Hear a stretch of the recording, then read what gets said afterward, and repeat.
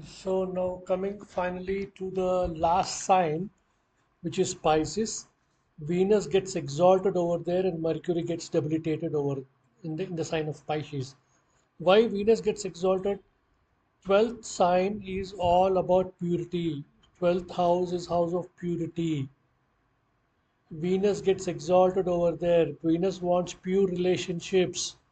We say 12th house is house of the place where we are sleeping.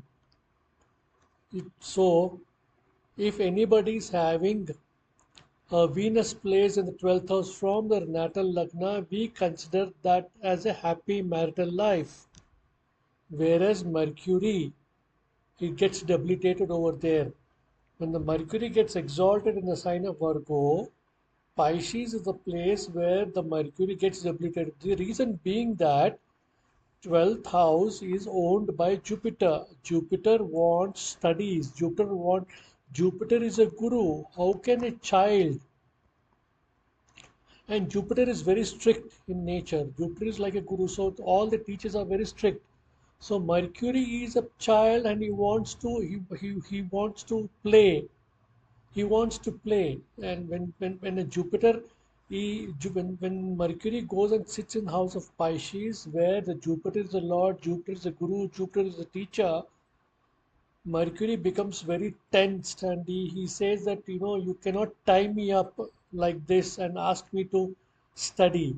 So that is the reason Mercury gets debilitated over here in the sign of Pisces. So you can understand that planets gets exalted in the sign, and just opposite to that, that is the seventh house planets, those same planets gets debilitated, right? So like this we need to understand the places of exaltation and the places of debilitation. And one more thing I would like to tell you, there is an exaltation, there is a own house, and it's a house of Mulatrikona. These three are very important in Jyotish.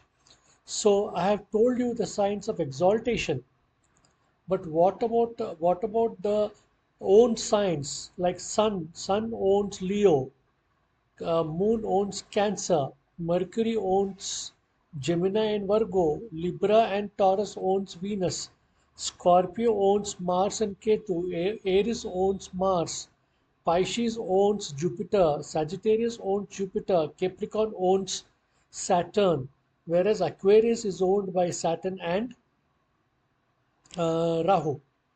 So only two signs like Scorpio and Aquarius, you find two planets being owned by that sign. But what about Mula Trikona?